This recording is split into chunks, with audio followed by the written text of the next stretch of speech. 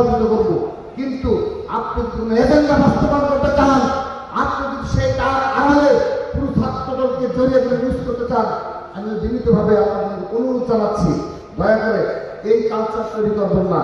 এই কালচার কখনো রাষ্ট্রের কল্যাণকর হবে না, রাষ্ট্রের জন্য সুফল বয়ে নিয়ে আসবে না। আমি সাধারণ শিক্ষার্থী নিকট আবারও ঢাকা কলেজ ছাত্রদলের ভূমিকা আপনাদের ব্যাখ্যা অনুরোধ জানিয়ে এবং আপনারাও ছাত্রদলের পতাকা তলে আসবেন সেই আহ্বান জানিয়ে আজকের মতো বিদায় নিচ্ছি। বাংলাদেশ জিন্দাবাদ, বাংলাদেশ জাতীয়তাবাদী ছাত্রদল জিন্দাবাদ।